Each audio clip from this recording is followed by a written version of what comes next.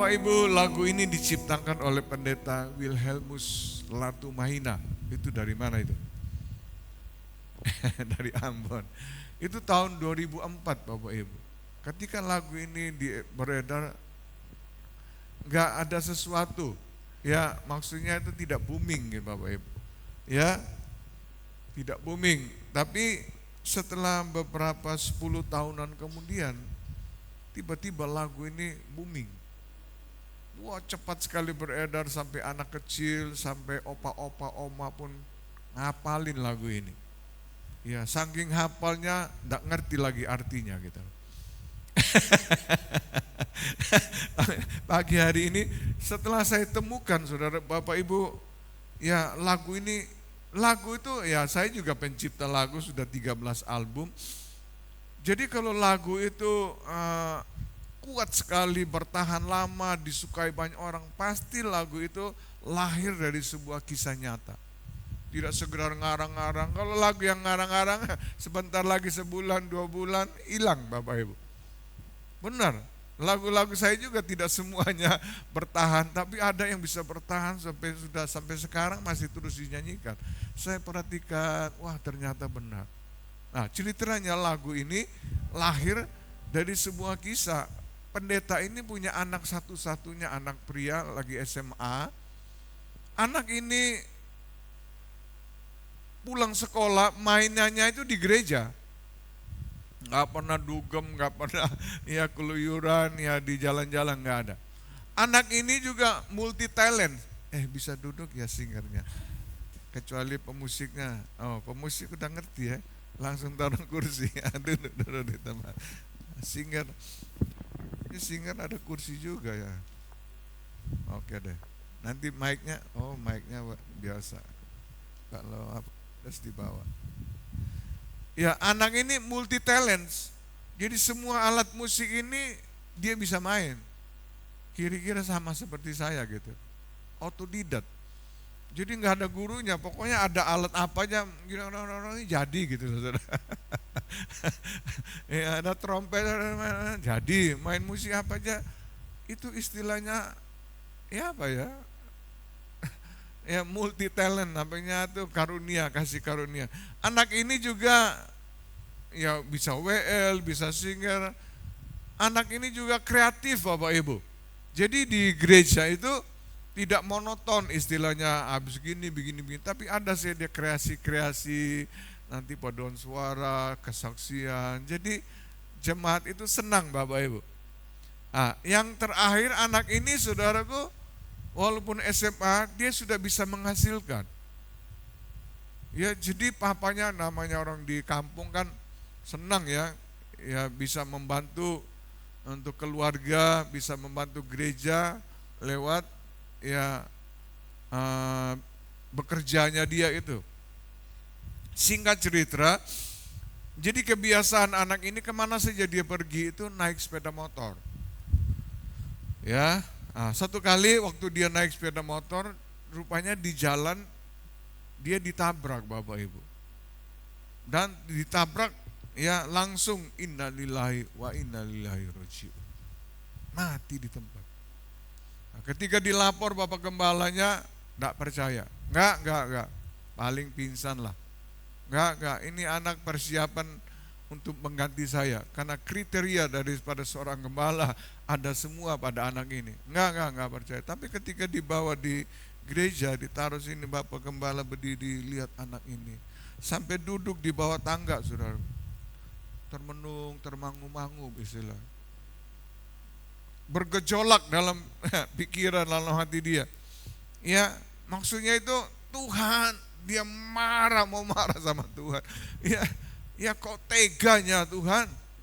Anak ini bukan anak berandalan, ini bukan anak nakal, tapi kok cepat sekali dipanggil di saat dia lagi berkreasi yang luar biasa. Dia mau lari dari penggembalaan Bapak, tapi jemaat kayak gini udah duduk semua, gak bisa apa-apa. Ya. Nah, ketika dia duduk diam, saudaraku, tiba-tiba ada suara berkata, apa arti hidup ini? Bapak Ibu, sampai sekian tahun, sekian umur kita, bahkan banyak yang sudah ubanan. Sudahkah hidupmu itu berarti enggak? Sudahkah hidupmu itu berfaedah enggak? Sudahkah hidupmu itu berguna enggak bagi dirimu dan bagi orang lain? Orang yang tidak mengerti apa arti hidup ini, dia menjadi hidupnya menjadi semau gue.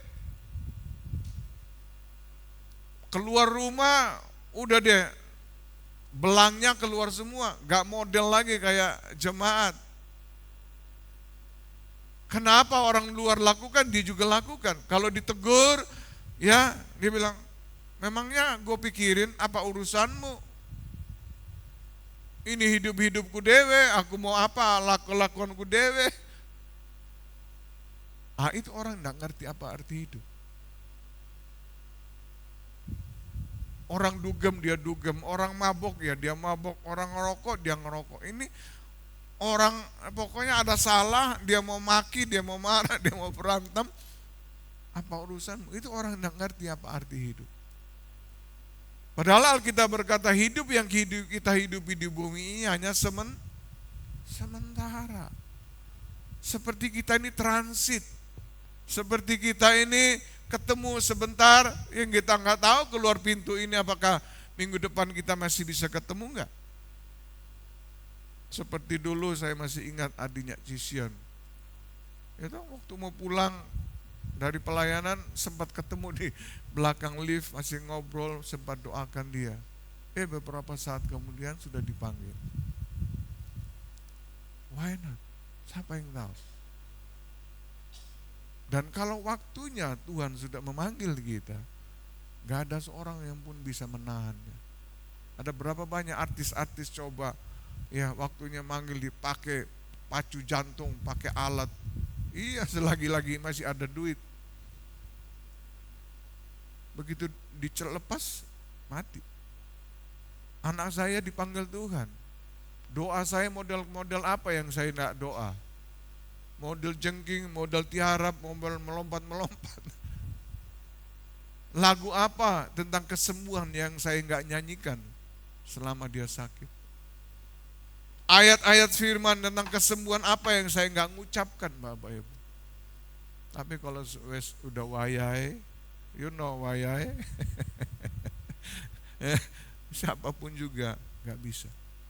Nah, oleh sebab itu Bapak Ibu, hidup yang kita hidupi ini, ya mari kita artikan hidup yang kita hidupi ini.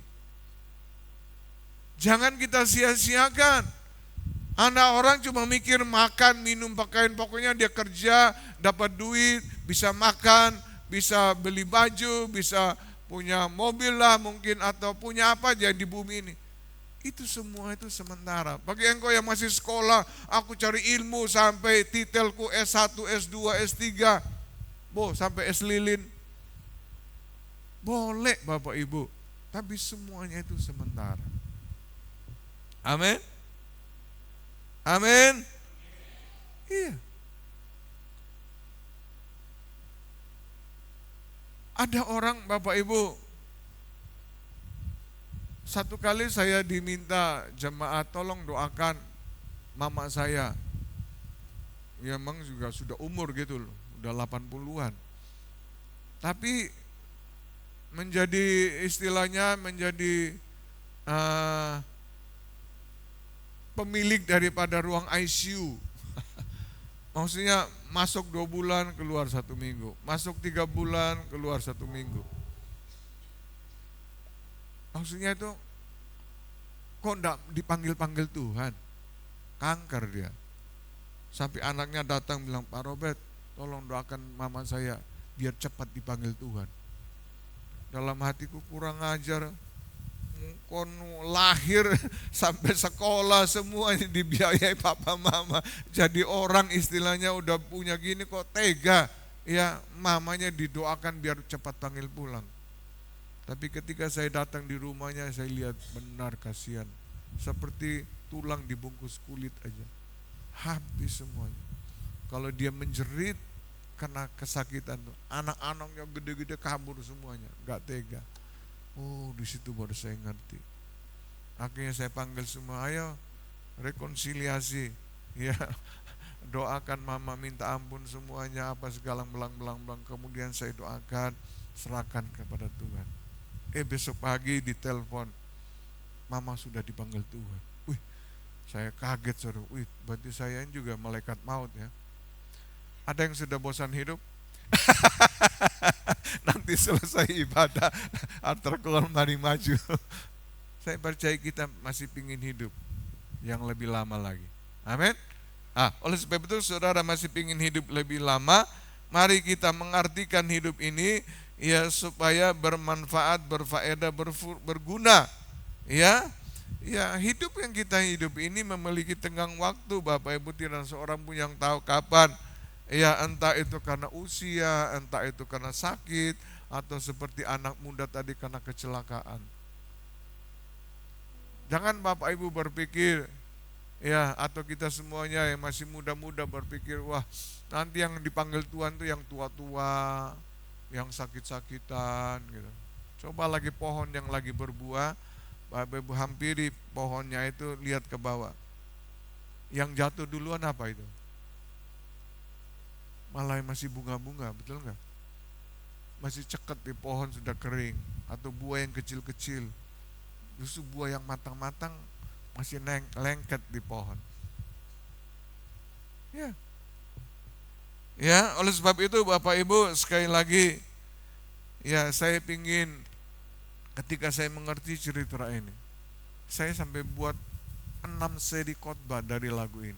Jadi setiap kalimat satu khotbah, 1 seri, 2 seri, 3 sampai 6 seri. Apa kita habisin 6 seri hari ini? Kalau kita habisin, Pak Untung masih siap bubur ayam di bawah. Ya, ya. Oke. Mari kita coba semampu aja sampai kapan, nanti kita lanjutin mungkin di tahun depan. Yang pertama dikatakan bahwa hidup ini adalah kesempatan. Hidup yang kita hidupi adalah kesempatan. Kesempatan itu adalah satu peluang yang tidak terus-menerus terjadi. Dan kalau kesempatan ini datang pada kita dan kita tidak meresponinya dengan sebaik mungkin, dia akan lewat. Dan kalau sudah lewat, Bapak Ibu tidak bisa mengatakan, Tuhan kalau bisa flashback, diulangi lagi, Tuhan, gak bisa. Umur kita, ada yang bisa flashback? Nggak ada. Nah, kalau dari masa muda, saudara lihat ketika Yesus, ya pemilik kebun anggur itu datang di kebunnya itu, dilihat masih kecil, kok belum ada buahnya. Ya, dia pulang lagi. Remaja dia datang lagi, belum lagi. Udah dewasa dia datang lagi. Ya, itulah kesempatan Bapak Ibu. Jangan sampai hidup yang kita hidupi ini, ya kita hanya untuk milik kita sendiri. Ya, berapa tahun saudaraku gereja ini berdiri, lihat masih banyak kursi yang kosong. Amin. Apakah saudara berkata itu tugasnya Bapak Gembala? Enggak. Tidak ada domba lahirnya anak kambing, atau sapi lahirnya kerbau, enggak ada kan? Gembala pasti melahirkan gembala, melatih gembala. Mungkin Cik Sian melatih Samuel bakalan jadi penerus. Itu tugas Cik Sian, kasih makan Bapak Ibu semua. Nah, domba yang harus melahirkan domba. Siapa kalau domba? Ya saudara. Saudara harus melahirkan domba. Amin.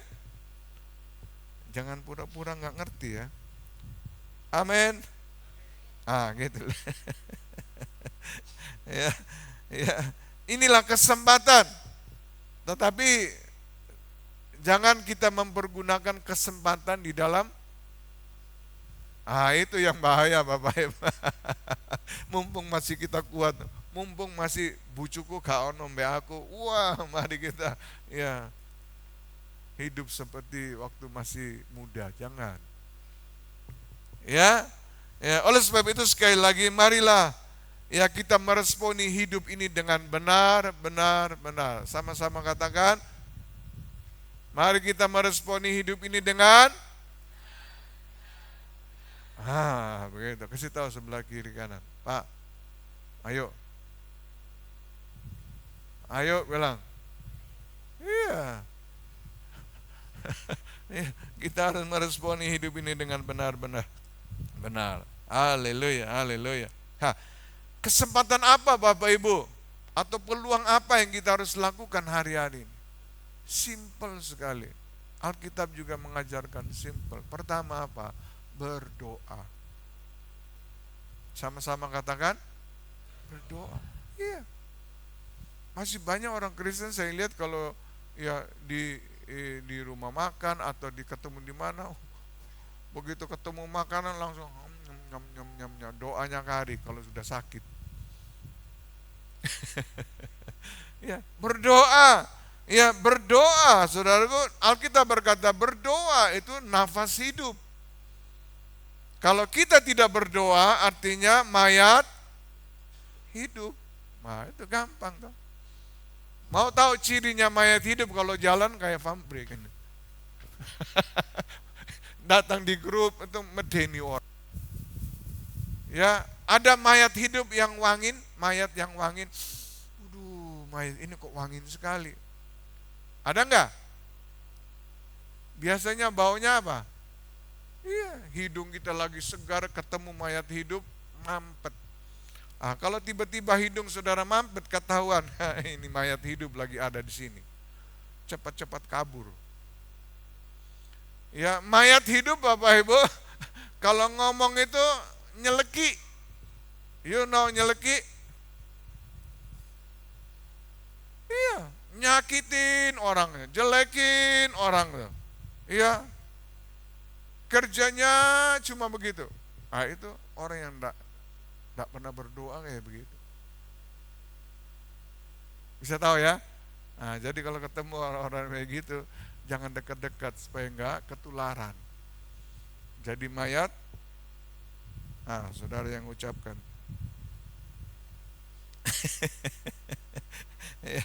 Yang kedua, Alkitab juga berkata Yesus hanya sejauh, bayangin, Yesus hanya sejauh doa. Betapa malangnya, betapa bodohnya orang Kristen yang tidak berarti dia jauh dari siapa?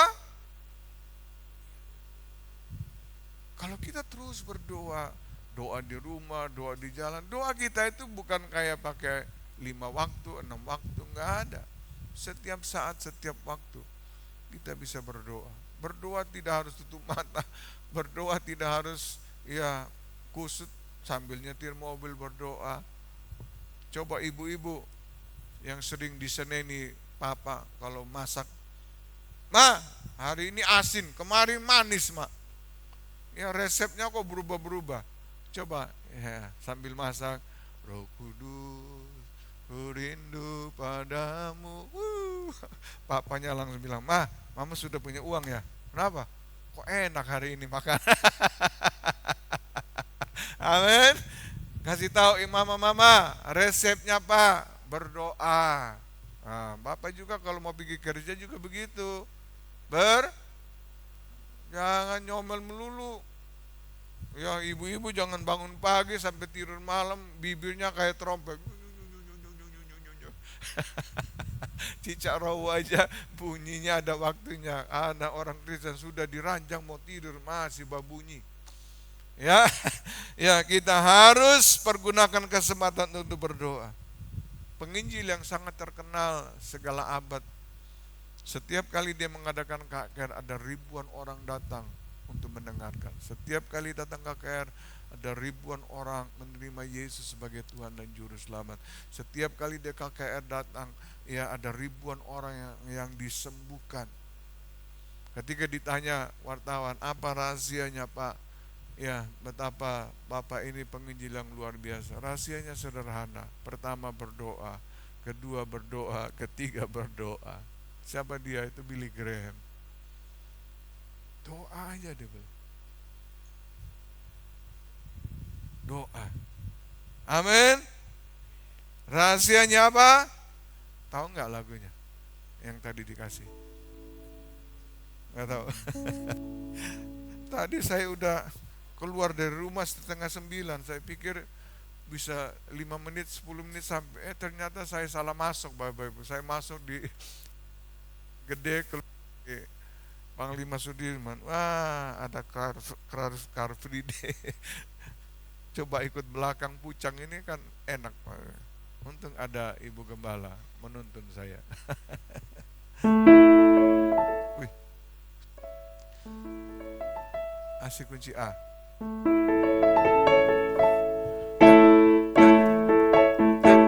Ayo, kata-katanya di media. Kalau orang benar berdoa, tiada mustahil bagi dia. Kalau orang benar berdoa, apa? Tiada mustahil bagi dia. Ya, kalahkanlah musuhmu dengan doa, kalahkanlah khawatirmu. Nyanyi sama-sama. Kalahkanlah sakitmu dengan doa, doa besar kuasanya. Doa, jalan doa, doa besar kuasa. Dom dom dom dom dom doa besar mujizatnya. Lagi dari atas. Kalau orang benar berdoa, apa? Ya, kalau orang benar berdoa, tiada mustahil bagi dia. Kalahkanlah musuhmu dengan doa, kalahkanlah khawatirmu dengan doa, kalahkanlah sakitmu dengan doa, doa besar kuasamu. Jalan doa, berdoa, jalan doa besar mujizatnya. Doa besar kuasanya. Doa, doa, berdoa, doa besar kuasanya. Doa, berdoa, doa besar mujizatnya. Doa besar mujizatnya. Doa besar mujizatnya.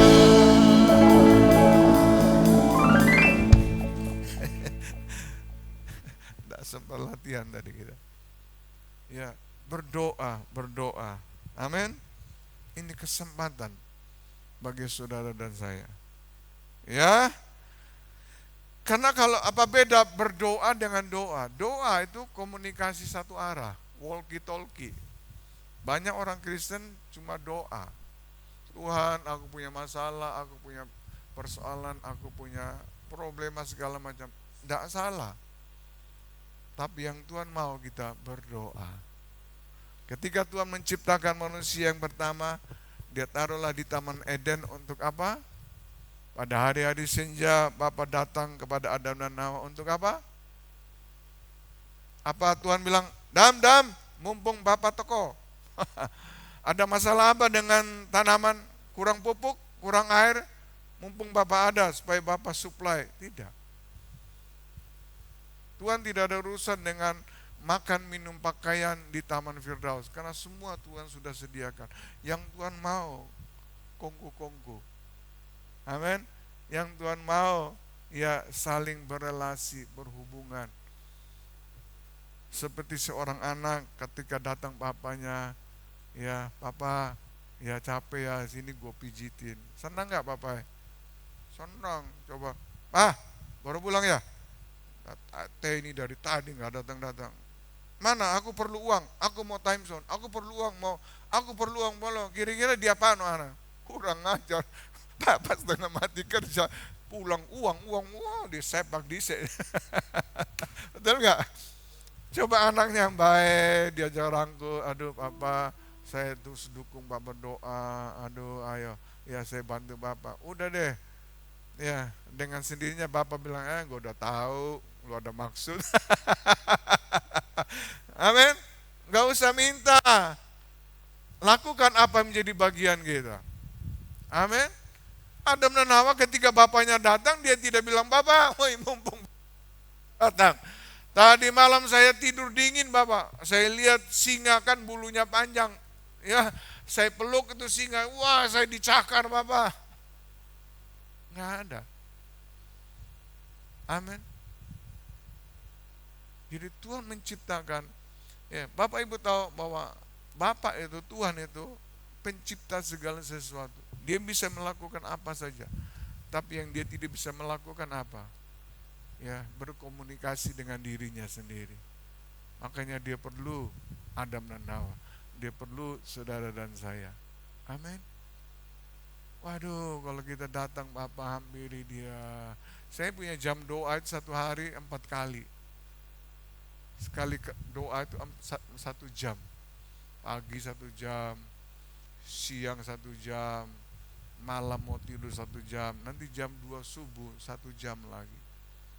Itu yang rutin, belum lagi kalau saya ya sambil ya jalan segala macam. Dan paling enak itu berdoa itu jam 2 pagi. Itu kalau jalan itu kita di jalan tol. Kalau sudah jam 4, dia pakai loudspeaker saudara. Suaranya lebih keras. Betul enggak? Kalau jam 2, 3 itu paling enak sekali. Nah, saya selalu kaki saya disembuhkan Tuhan ini, patah disembuhkan Tuhan cuma 2 bulan Bapak Ibu. Mana ada orang 60-an Bapak Ibu, tulangnya patah sembuh 2 bulan. Nggak ada. Betul enggak? Karena perekatnya saudaraku ya sudah tidak sama. Tapi saya 2 bulan disembuhkan. Dan banyak mujizat terjadi di saat-saat yang subuh. Tuhan kasih firman, kasih lagu itu di subuh.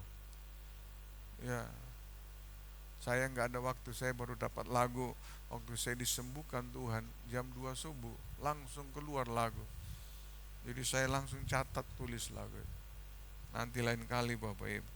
Ya, jadi kita melihat sekali lagi kita harus berdoa, berelasi, berintim dengan Tuhan terus menerus. Kalau Bapak ingin mendengar siaran berita, misalnya contoh radio RRI kan menceritakan bagaimana keadaan Indonesia, keadaan dunia, harus connect dengan gelombangnya, betul enggak? Kalau enggak connect bagaimana kita bisa tahu? Ya, kita mungkin dari kata orang. Justru hari-hari ini banyak hoaxnya, betul enggak? Apalagi ada AI lagi sekarang, ya bisa ketipu saudara. Tapi kalau berita-berita kita dengar langsung dari ya RRI, saya percaya itu pasti beritanya benar. Nah begitu juga kalau kita connect ya hubungan kita, gelombang kita. Ya, saudara tahu enggak nomor teleponnya surga? Ada yang bingung tuh. Nah, berarti tidak pernah berdoa. ya. Saudara tahu nggak nomornya berapa? Berapa?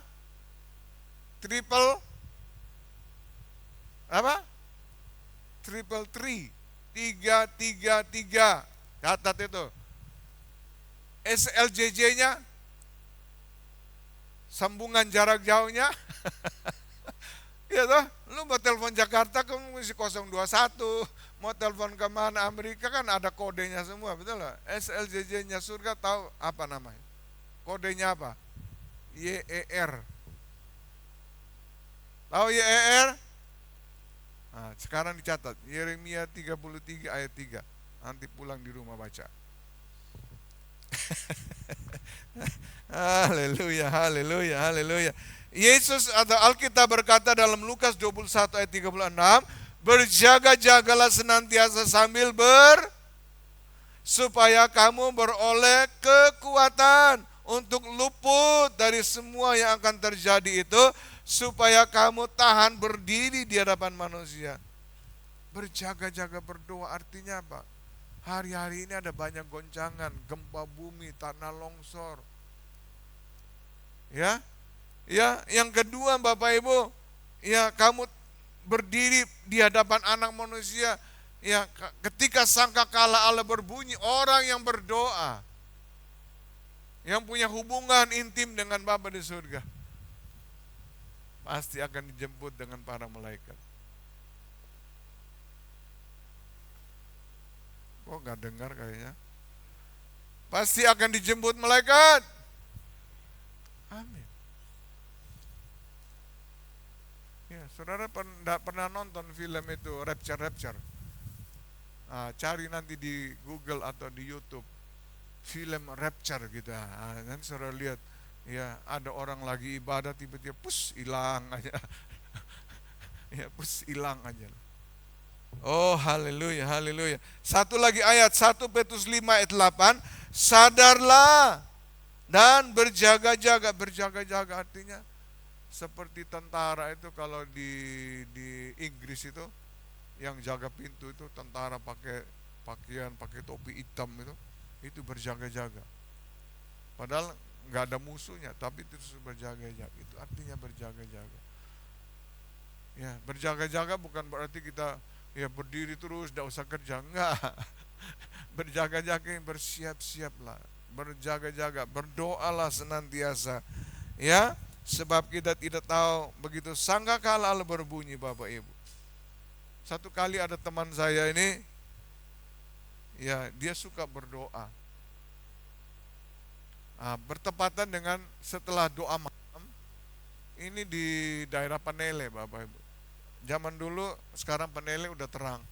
Zaman dulu belum ada lampu.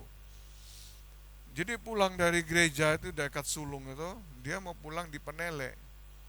Biasanya naik beca. Tapi beca ini biasanya tuh tidak lewat jalan yang gelap, jalan yang normal. Tapi paman ini jalan situ, dia juga mulai berpikir, kenapa ini kok paman beca ini kok jalannya ke sini. Langsung dia berkomunikasi dengan Bapa di surga. Lihat, berdoa, menyembah Tuhan. Tiba-tiba benar Bapak Ibu.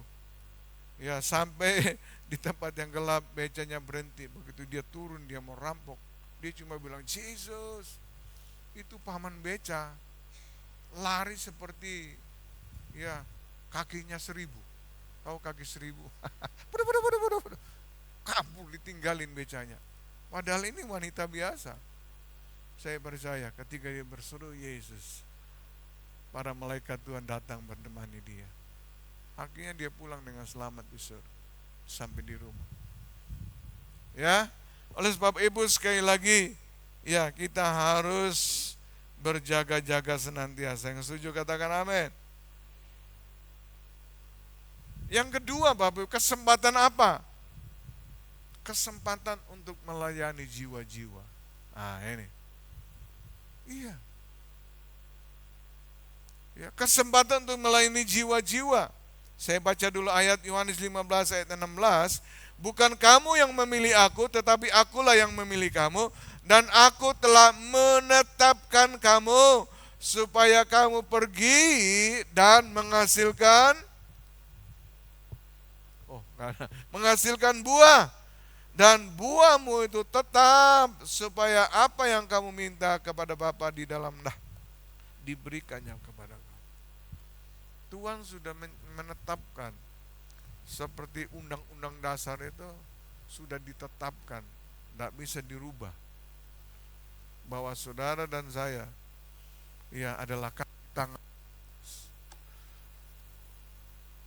Betapa pentingnya jiwa Bapak. Ketika Yesus mau kembali ke surga, ya dia cuma berdoa.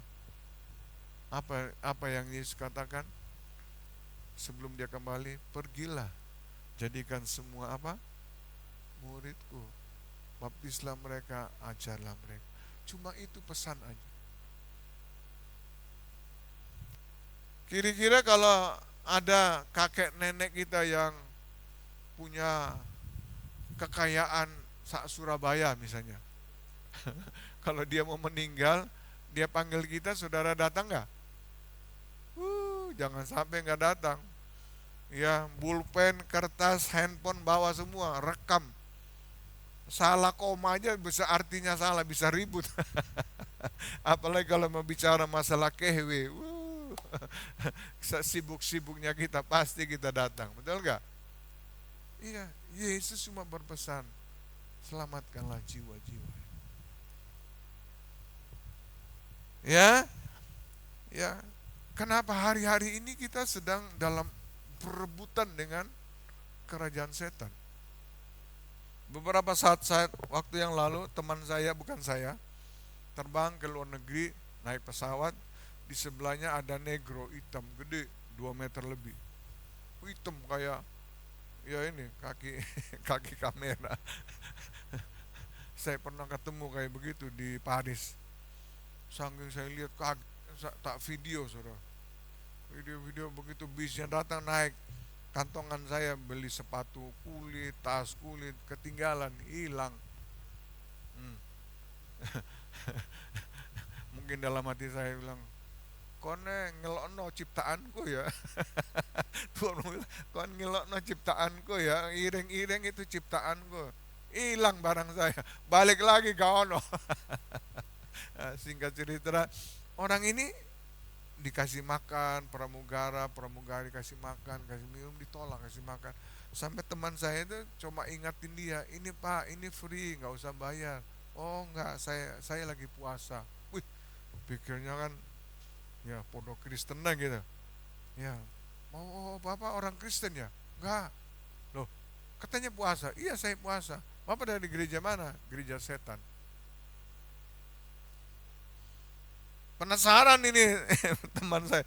Loh, Bapak puasa untuk apa? Puasa untuk siapa dan untuk siapa? Kami sedang berpuasa untuk menghancurkan ya para gembala-gembala, untuk menghancurkan ya ya apa keluarga-keluarga Kristen. Sudah tahu keluarga itu gereja. Gereja ini bukan ini gedung di mana berkumpulnya orang percaya untuk mengadakan selebrasi, tapi keluarga yang sesungguhnya adalah gereja. Makanya ketika Yesus pertama kali pelayanan, yang pertama dia buat mujizat di mana? Di keluarga, di Kana. Tuhan mulai menciptakan manusia itu dengan Adam dan Hawa, keluarga. Di akhir daripada perjanjian lama itu, ia berbicara mengenai pemulihan antara papa dan anak, keluarga. Yesus mulai pelayanan di perjanjian baru mulai dari keluarga. Di kitab Wahyu juga diakhiri dengan keluarga. Karena keluarga itu gereja yang sesungguhnya. Amin. Oleh sebab itu jaga baik-baik hubungan Bapak Ibu sama anak-anak. Kalau anak-anak mantu kita belum sungguh-sungguh dengan Tuhan, cepat ambil keputusan, berdoa bagi mereka. Amin, dekati mereka, yuk ngajak mereka ibadah dan sebagainya. Ya, karena hari-hari ini sedang terjadi perebutan. Oh, kalau saya mau cerita Bapak Ibu, saya udah berkeliling sudah sampai 4 benua, kurang 1 Afrika. Ya, saya melihat bahwa ya kalau di Amerika, puji Tuhan sekarang setelah Trump ini, saudaraku, ya rupanya dikembalikan lagi, saudara. Kalau dulu, saudaraku, ya nggak ada boleh ya gereja, ya sekolah nggak boleh doa, nggak boleh apa. Sekarang dikembalikan lagi, Bapak. Puji Tuhan. Ya, kalau dulu, saudaraku, ya LBTC, ya laki, lesbi sama homo. Kalau pendeta nggak mau nikahin, saudaraku, ditangkap, dimasukin penjara. Ya, di Jerman hari-hari ini Bapak Ibu ada undang-undang incest. Incest itu artinya papa boleh berhubungan badan dengan anaknya wanita, anaknya laki boleh dengan mama atau adik kakak. Itu incest namanya. Tidak bisa dilarang. Kalau larang itu undang-undang. Ya, saya ingin tunjukkan kebejatan moral hari-hari ini. Di Miami Bapak Ibu telah diproklamirkan, saudaraku, ya seks bebas. Di gereja orang boleh berhubungan seks, di perjalanan orang boleh berhubungan seks, di masjid, di lapangan, di tempat umum boleh berhubungan. Tidak bisa ditangkap. Wih, apalagi di Belanda, saudara. Itu kalau kita ini kan ada telepon-telepon umum di jalan. Di sana itu ada video sama TV. Tinggal masuk satu koin nonton film porno. Di Belanda disiapin orang mau ya ekstasi, mau sabu-sabu, saudara. Gila nggak? Gereja-gereja di sana pada tutup semuanya, tinggal loncengnya aja masih berbunyi. Di Central sudah dikelilingi dengan prostitusi, ya, pelacuran sebagainya.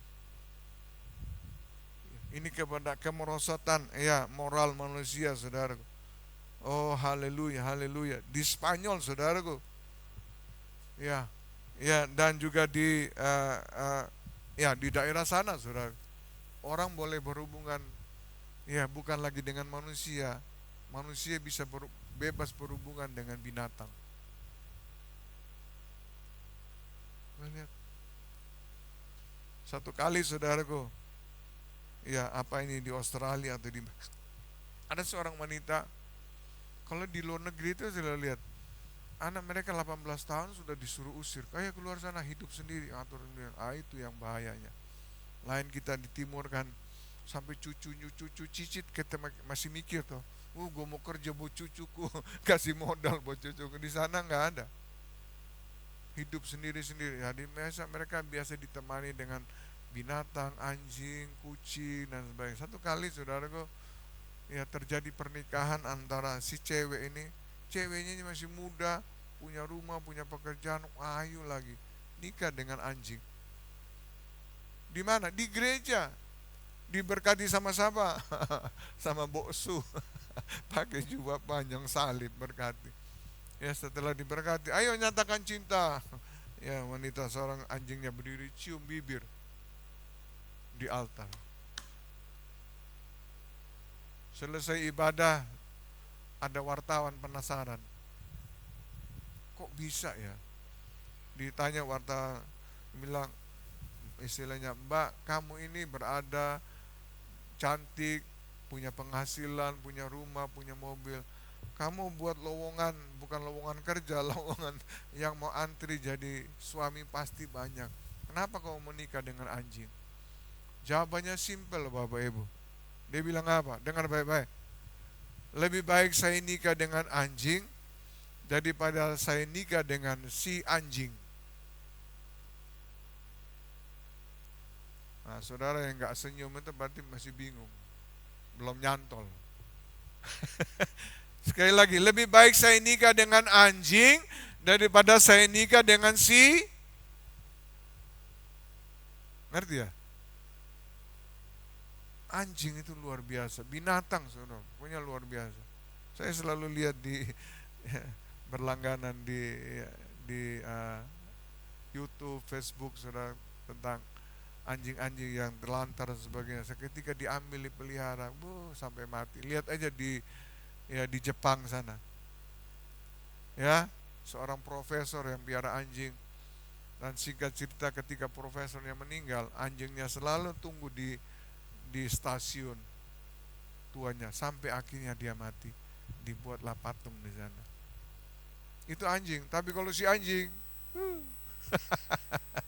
dikasih makan sebulan 2 bulan, dikasih semua, masih lupa pulang rumah.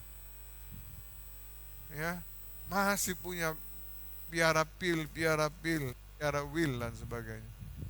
Nah, ini maksudnya, inilah kebejatan moral.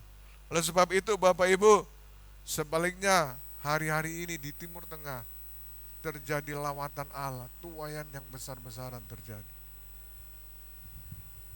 Waduh, luar biasa, saudara. Luar biasa pertobatan. Orang, ya, mereka berkata agama kita tidak menunjukkan cinta kasih. Agama kita gigi ganti gigi, mata ganti mata. Tapi agama Kristen adalah agama penuh dengan cinta kasih. Wow, hari-hari ini terjadi pertobatan. Oleh sebab itu, Bapak Ibu, ini kesempatan bagi saudara untuk mencari jiwa. Berapa banyak yang keluarganya ya belum semuanya mengenal Yesus? Ada? Nggak ada. Berarti semua sudah Kristen semua. Ya, masih ada teman-teman, masih ada sahabat, masih ada saudara-saudara yang lain yang perlu. Mana ini? Kasih kunci A.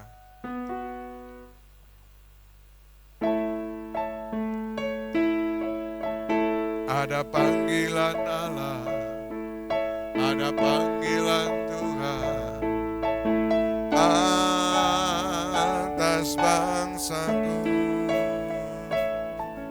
Ada panggilan Allah, ada panggilan Tuhan untuk generasiku. Sebelum Yesus datang, ada panggilanmu atas negeriku. Main kunci A, ikuti saya aja. Ada panggilan Allah, ada panggilan. Yuk nyanyi sama-sama. Bisa. Atas bangsaku. Ada panggilan, ada panggilan Allah, ada panggilan Tuhan untuk generasiku. Sebelum Yesus datang, ada panggilanku atas hidupku.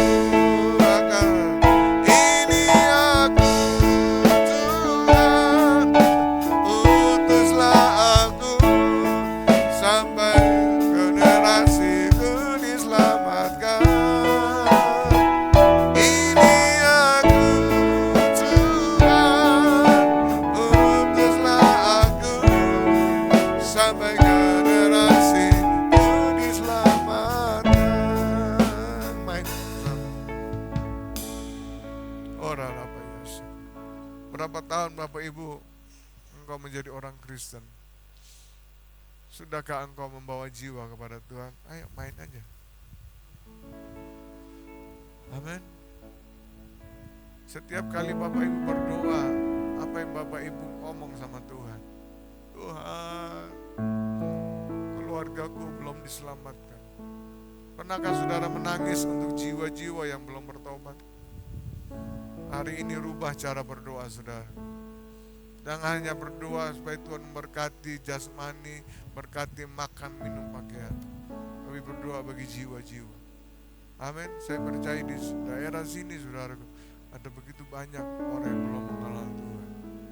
Amin. Mau berdoa?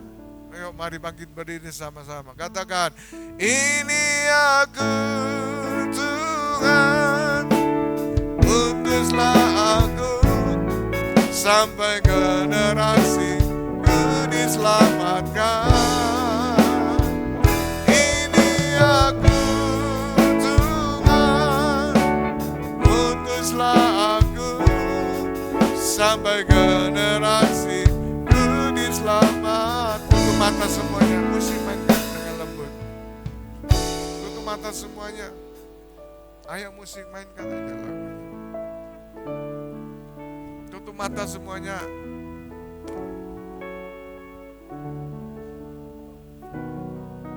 Apa yang sudah engkau lakukan selama ini? Sudahkah engkau punya hubungan yang intim dengan Tuhan melalui berdoa?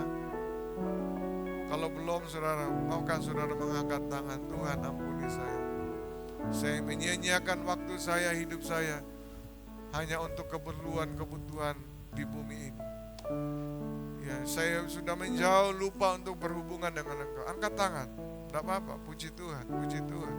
Yang kedua, kalau masih ada keluarga-keluarga saudara yang belum mengenal Yesus, maukah engkau mengangkat tangan? Kita sama-sama berdoa, kita minta, aku berdoa agar Tuhan mengurapi engkau, memberi kuasa bagi engkau, sehingga perkataanmu, perbuatanmu akan membuat keluargamu diselamatkan, atau orang-orang saudara-saudaramu, teman-temanmu diselamatkan. Ikadabaya sanggal. Sambil saudara angkat tangan, kita nyanyikan sekali lagi. Ini aku Tuhan, utuslah aku. Tutup mata semua. Aku sampai generasi, sampai generasi diselamatkan. Katakan, ini aku Tuhan, utuslah sampai generasiku, sampai generasiku. Katakan sekali lagi, ini aku Tuhan, ini aku, utuslah aku, sampai generasiku diselamatkan, ku diselamatkan. Ini aku Tuhan,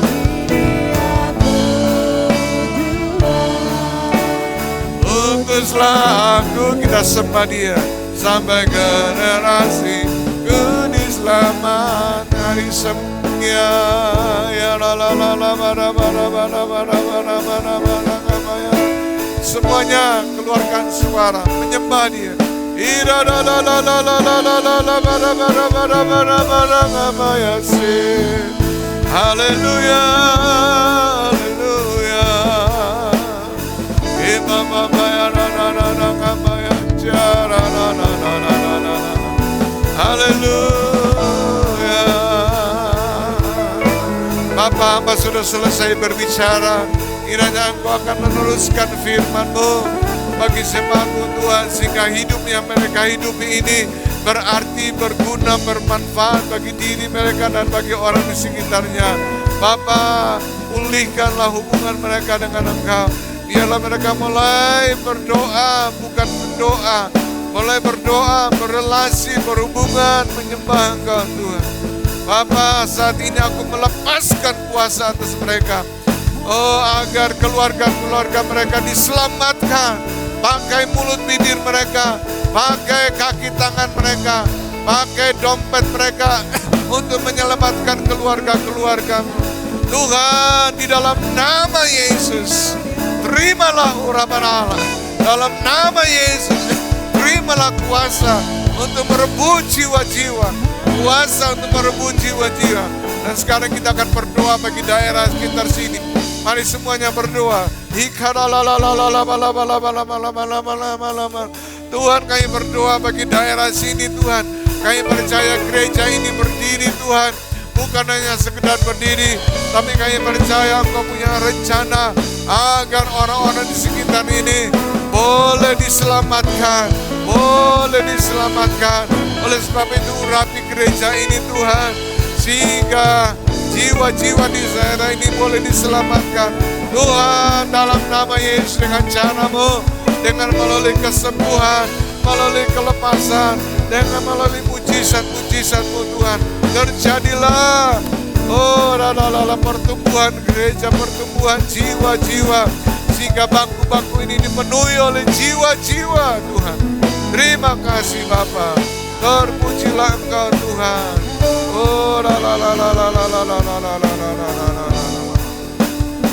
Sebab Kau besar, perbuatan-Mu ajaib, tiada seperti Engkau, tiada seperti Engkau.